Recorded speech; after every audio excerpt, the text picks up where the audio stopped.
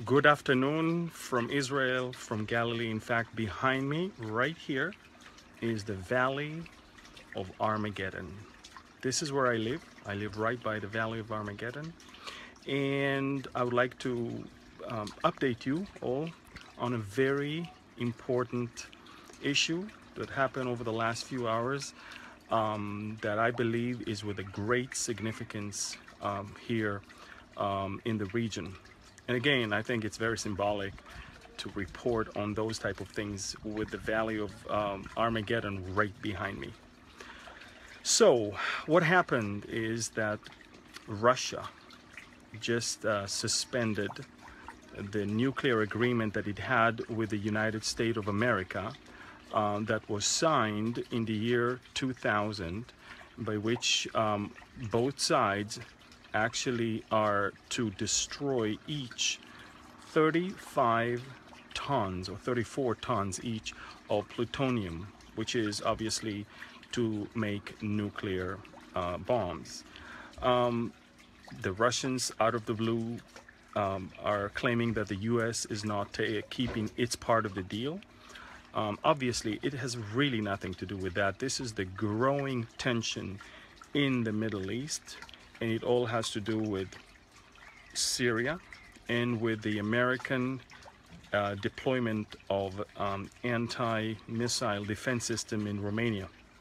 And so what the Russians did in the last few hours, they made two moves, and both moves are quite interesting. The first one, they suspended the implementation of that agreement, which means that Russia is keeping to itself the right not to destroy plutonium, and God knows what he's going to do with it.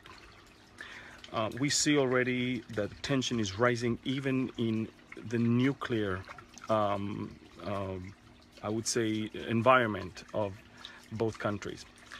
Such rhetorics between the two countries has not been heard since the end of the Cold War. And I believe that what we're watching right now, it's even beyond what was there in the Cold War. But the second thing that Russia did over the last less than 24 hours, I would like to inform you that in order to stop any US intervention in Syria, Russia just placed in Syria an important defense system against cruise missiles and in some aircrafts. Now, why is Russia doing that? First of all, Russia is placing the SA-23. This is the first time ever the SA-23 defense system, which is two different rockets that are being launched once it detects a flying cruise missile towards its target. The first one that is flying towards the cruise missile that is coming towards us, the small one is called the Gladiator, and the large one is called the Giant. Now, each and every one of them contains more than 130 kilograms of explosive, and it's supposed to destroy the cruise missile on its route to its target. Now, why this is a very important thing? For two reasons. One, the Russians are telling the Americans, if you're even thinking about striking in Syria, then you better think twice. The only option of America to strike in Syria right now, the only one, is the option of sending cruise missiles from the Mediterranean using the 6th Fleet of the US Navy. Several of those ships are right now off the shores of the Mediterranean. And the Americans are obviously keeping that right to themselves, but the Russians understand that if America is going to do that, we better secure their failure by having this SA-23 system deployed for the first time ever. That system, which is kind of new, crossed the border of Russia into a foreign country. So we have that, and we also have the Russian threat to America that if they will intervene or do anything in the Middle East, in particular in Syria, it will be an earthquake. And I repeat that, it will be an earthquake. Now, apart from the fact that we are watching increasing number of earthquakes and dangers of earthquakes in America and other parts of the world, Russia is not talking about a real earthquake. Russia is talking about a potential military confrontation between America and Russia. Make no mistake, the Russians in the next few days are having a drill. Millions of Russians are going to go down to bomb shelters and assimilate an attack on Russia. And we're used to those things here in Israel. We do it once or twice a year as a country. But for the Russians, this is quite unique. So the Russians are preparing their own people for something. And the Russians are preparing the ground in Syria for something. And the Russians are threatening the Americans with something.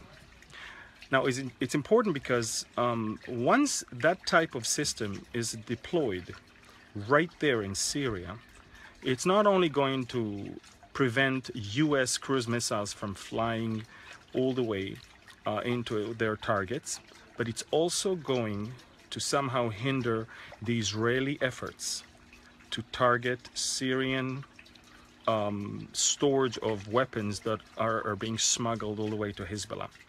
Ladies and gentlemen, the Russians are making in the last 24 hours a move that is even worse than their own physical entrance into Syria.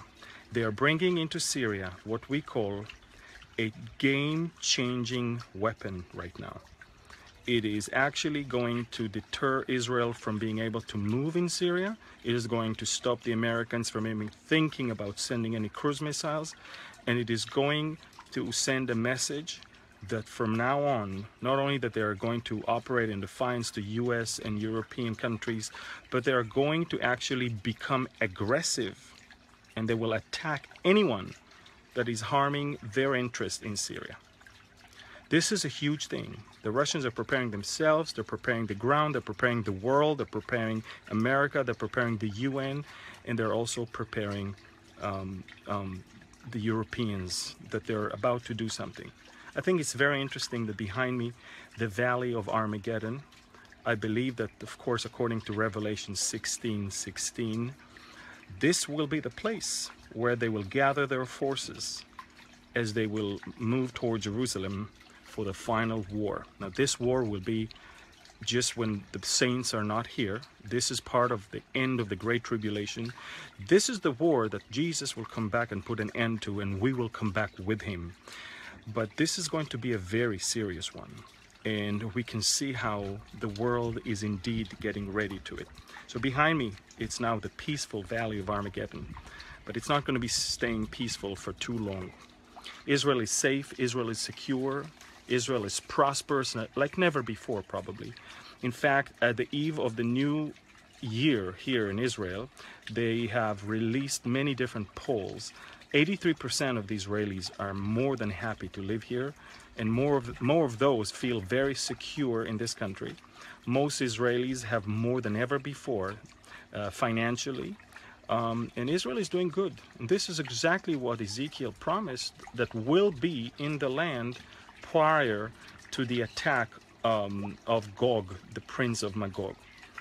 I said before, I believe Putin is indeed Gog, the prince of Magog. I believe it's going to come from Russia. I believe the Russians are dictating what's going on in the Middle East. They are calling the shots right now. They are making the threats. They are not only threatening, but they are moving weapons and doing interesting things here. Keep your eyes high above, because our redemption indeed is drawing near. Again, behind me is the Valley of Armageddon. I live right by here. I'm not planning on being here for the tribulation. I'm not even planning on being here for that battle. Maybe I'll rent my porch right here for the CNN to cover it. I'm not sure. Maybe we can make some money on them. But one thing is for sure, I know that for us the believers, that which is going on right now is a great source of encouragement. For the non-believers, I believe, as I said before, Bible prophecy is not to scare, but it's to prepare. But if you're not prepared, you better be scared. Very bad things are at the horizon. So tribulations, are at the horizons, as I promised, or as I reported before. But the last 24 hours, one more giant step was made by the Russians. And do not ever neglect that, because they are calling the shots right now here in this area. I'd like to bless you again with the Shana Tova, Happy New Year, on behalf of my family, and to also pray that tomorrow, as I travel to the US for several conferences and then to Italy, I hope that you will join me in prayer that this is going to be a successful journey, a ministry tour, and many souls will be saved.